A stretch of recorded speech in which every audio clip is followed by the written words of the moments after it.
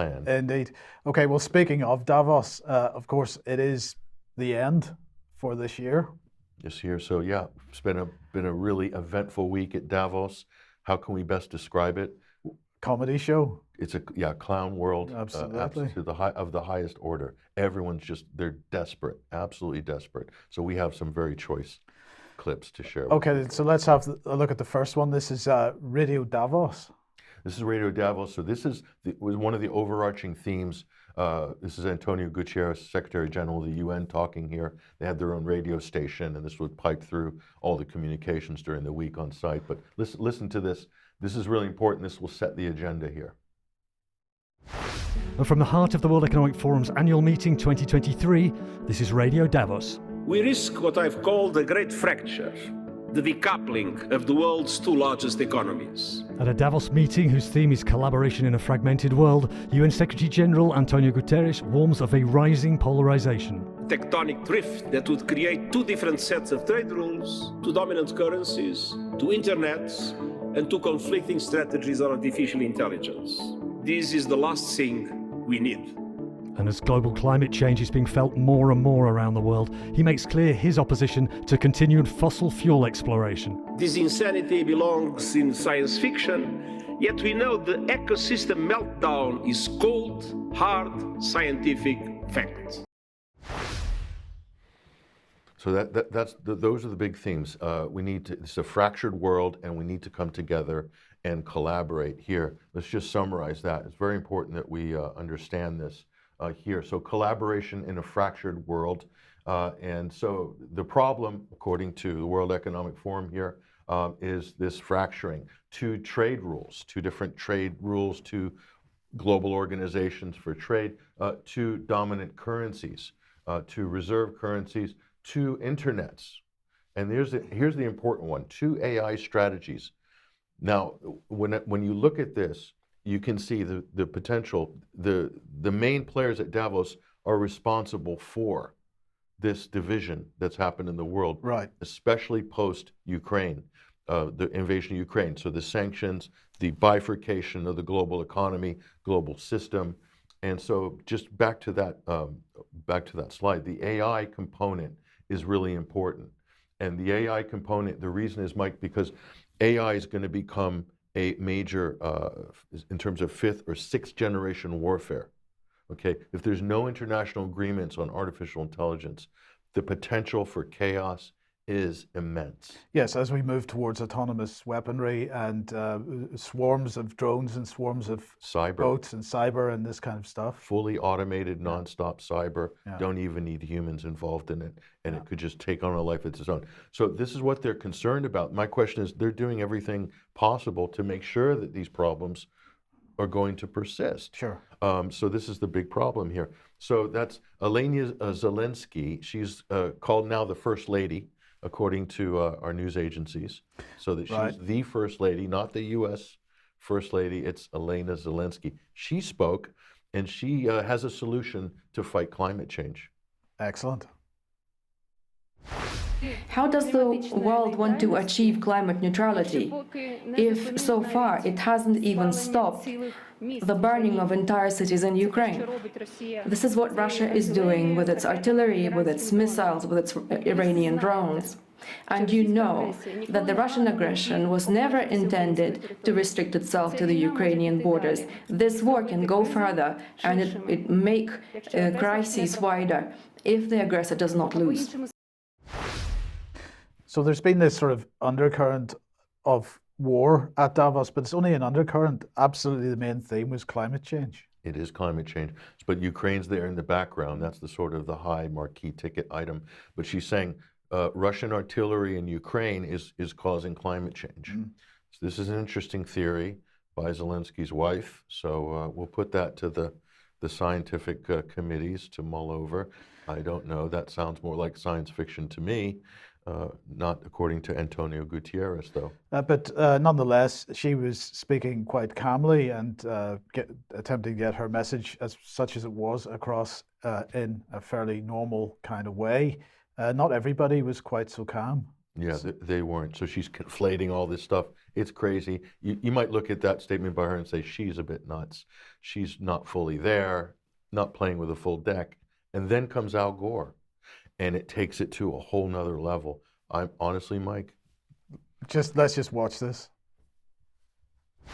And the accumulated amount is now trapping as much extra heat as would be released by 600,000 Hiroshima-class atomic bombs exploding every single day on the Earth. That's what's boiling the oceans, creating these atmospheric rivers and the rain bombs, and sucking the moisture out of the land, and creating the droughts, and melting the ice, and raising the sea level, and causing these waves of climate refugees predicted to reach 1 billion in this century. Look at the xenophobia and political authoritarian trends that have come from just a few million refugees. What about 1 billion? We would lose our capacity for self-governance on this world.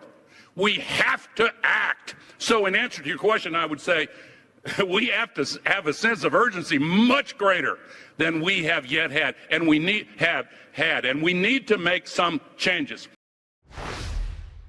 This just really reiterates what I thought all along, Mike, that the biggest source of hot air on the planet is Al Gore himself. 600,000 Hiroshima bombs being dropped every day. The oceans are boiling. Do you know anywhere on the planet where the oceans are boiling? Not yet. We haven't seen it. We know the kettles boil, but not the oceans. Rain bombs, that's a new one. What's a rain bomb? That's the first time I've heard that. That sounds pretty scary. And 1 billion climate refugees. 1 billion climate refugees. Really? What, from sea level rises, or exactly how does that work? Is he talking about droughts, regional droughts? Well, those have been going on for a couple of million years. Yes. So that's not exactly man-made climate change. They're highly unspecific, total hyperbole, total demagoguery. Al Gore is getting so desperate right now. I've never seen him. He's freaking out. He's shouting because he's saying we need to take this seriously now. We need to get excited and angry about this now. And what he was spewing there is just unbelievable. But not the only one. John Kerry. Yeah. So this is more the new age craziness here. John Kerry, the octogenarian climate czar, Biden's climate czar, who's kind of saying some funny things. We're calling this New Age Davos here. John Kerry is kind of calling on our better aliens to come and help fight climate change. No one knows exactly what he meant here, but he says, so when you start to think about it, it's pretty extraordinary that we, a select group of human beings at Davos, because whatever touched us at some point in our lives, are able to sit in a room and come together and actually talk about saving the planet. I mean, in terms of self-aggrandizing, yeah, this is shocking. Really a new level here. So the great and the good, and Kerry continues. I mean, it's almost extraterrestrial to think about saving the planet.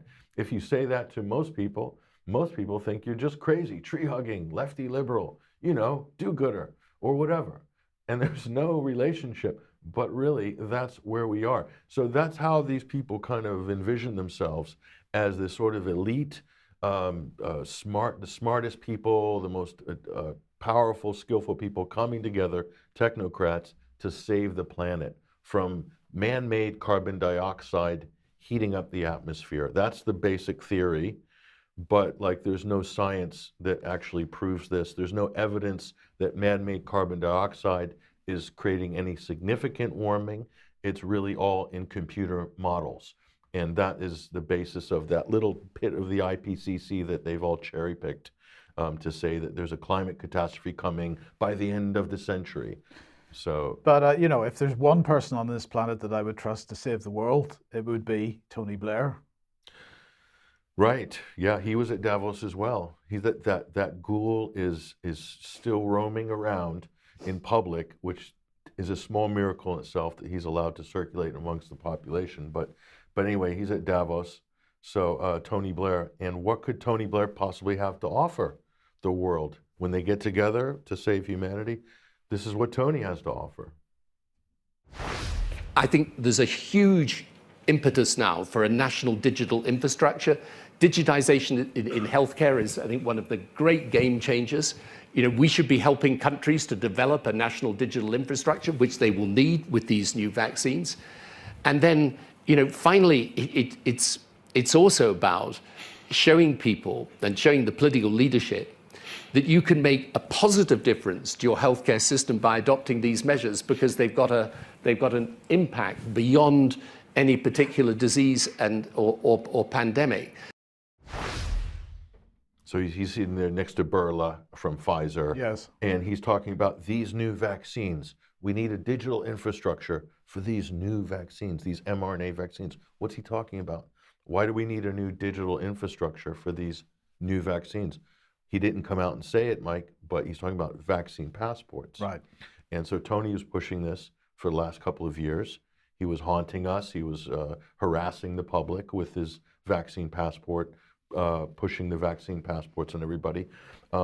He wasn't invited to do so. He's not doesn't hold office. Nobody knows quite what Tony does. But anyway, he claims that that's a really important priority for humanity, to get more mRNA vaccines into people's arms and track them.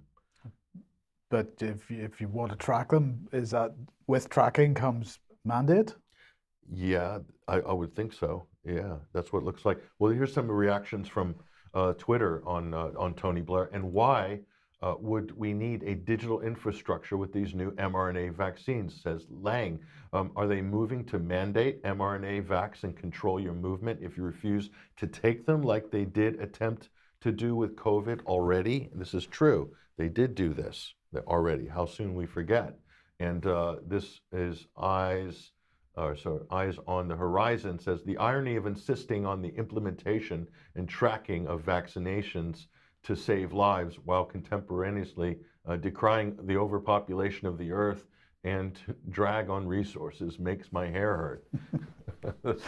Yeah. Very nice, very nicely said. So yeah, that's a conversation that they're having at Davos. Again, a lot of these are just unacceptable. They're dead in the water for a lot of the public. Right. But in their conversation up there on those high-level panels, these are still priorities. That's the thing that I think is amazing about the World Economic Forum, is how detached it is from what most people feel and think. But when we say that the war narrative was sort of under an undercurrent of the whole thing, they rolled out, or they let him out of hospital for a day or wherever he is, Henry Kissinger. I think he was piped in remotely, but Yes. He's 99, so Henry's getting on a bit. So he's changed his position. This is significant. So he's like the luminary. He's changed last year, Mike, he said after the invasion of Russia, he says, NATO should not be trying to coax Ukraine into membership. Ukraine should be neutral. Otherwise, there's going to be instability and potential war nonstop. So he's now, for some reason, maybe someone's got to him, who knows, but this is what he says. Before the war, I was opposed to the membership of Ukraine in NATO because I feared it would start exactly the process we are seeing now. And it did. He said, but now, he says, the idea of a neutral Ukraine in these conditions is no longer meaningful. It's hard to know why he changed his mind on this, Mike. It's really difficult. I don't see the logic in it, but then he is 99. So is it fair to say he might not be at the top of his game intellectually and cognitively? I think that's